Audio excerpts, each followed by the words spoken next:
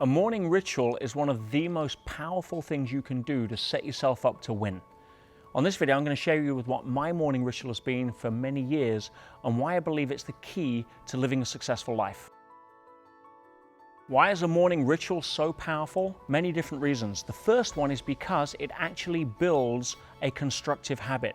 And so many people are programmed by society to have shortcuts in their life that don't build in discipline. They don't build in a way to support themselves to win, but instead they're at the mercy of the agenda of the media or short-term instant gratification.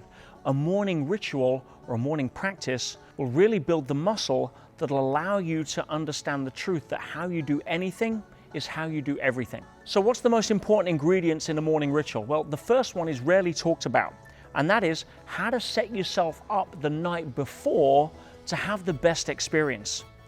Research has shown time and time again that the mood you go to bed in is the mood you get up in, which means that if you go to bed like most people do, exhausted from fighting the day in the battlefields of life, that you're going to wake up just as tired. So the morning practice begins the night before by connecting to an emotion like gratitude, by letting go of all of the stress of the day.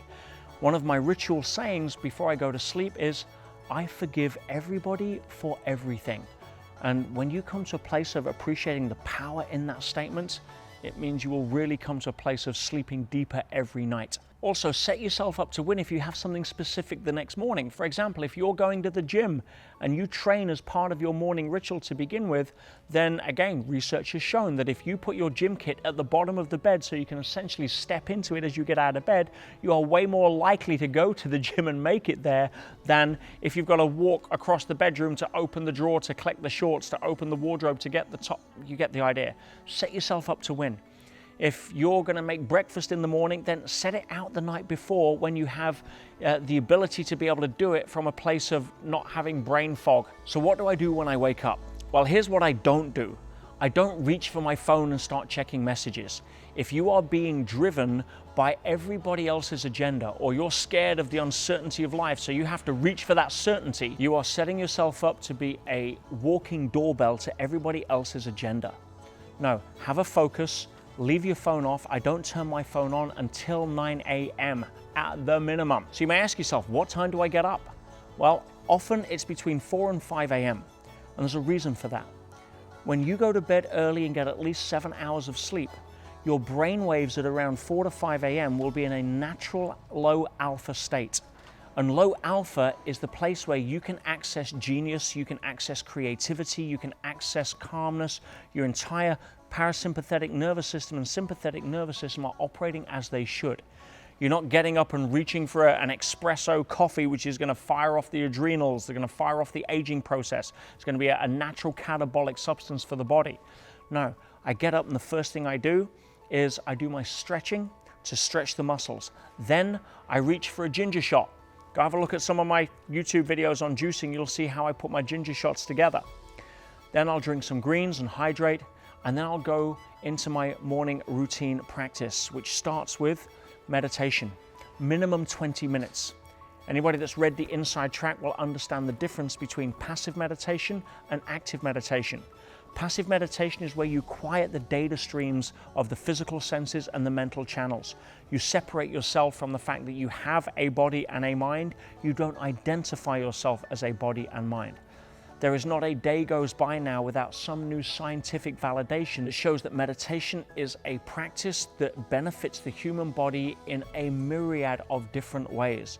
If you're not making time for meditation, it's like you're too busy trying to chop down a tree with a blunt axe to sharpen the actual blade. Then I do my reading. In the morning, my reading practice consists of reading spiritual material or high-end personal growth, something that's going to help raise my consciousness, not lower it.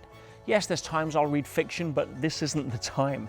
No, I'm reading things like the great works of the spiritual masters, people like David Hawkins, or people like James Hollis, people that make you think or have deep levels of introspection. That's the kind of material I program myself with in the morning. After that, I'll do my journaling. Now, my journaling is my private capture of thoughts to myself. Nobody reads that, because if you start to journal from a place of wanting to share it with people, you'll automatically filter it through the lens of how you think somebody else will see it or read it. So take that off the table, remove that out of the equation, and journal your thoughts, your ideas, your creativity, what the previous day has meant to you, what you're looking forward to in that day, any insights that came through while you were meditating.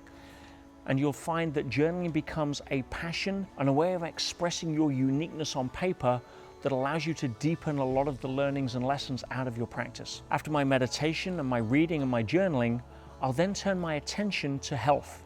Health is a passion of mine. I understand that if you don't make time for health, you will have to make time for illness. It's the binary equation of life.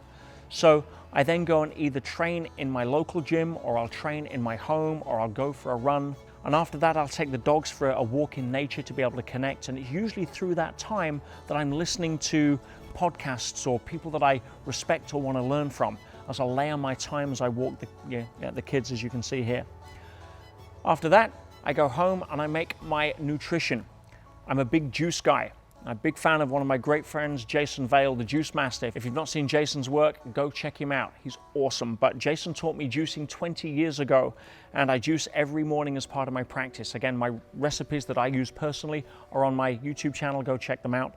But juicing allows you to put instant live nutrition into the cells of the body without having the commercially processed crap that most people sit down to with refined sugars, preservatives, and all of the other stuff that you really don't want to be putting into the body. After that, it's 9 o'clock, and guess what? I am ready to start the day.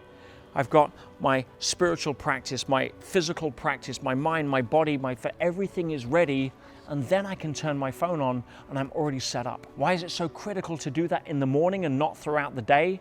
It's because the day will catch up with you. As soon as you allow the rest of the zoo and life to start happening post 9 a.m., usually everything else is going on to vie for your attention.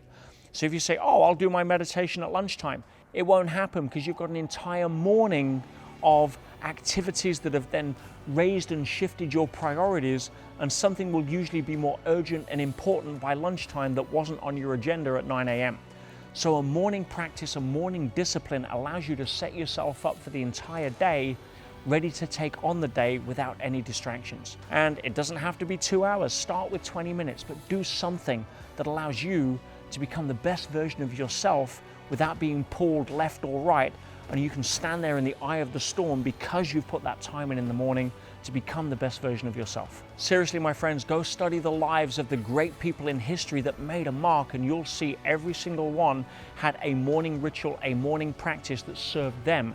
This is what I do. Feel free to leave a comment below and let me know what you do, or part of your practice, or some ideas that you could have. If you like what you've heard today, please subscribe to my channel. Click the bell notification so I can alert you to some of the other videos I want to share with you that I think will really make a difference. And let's together see if we can be the examples to help make the world a better place.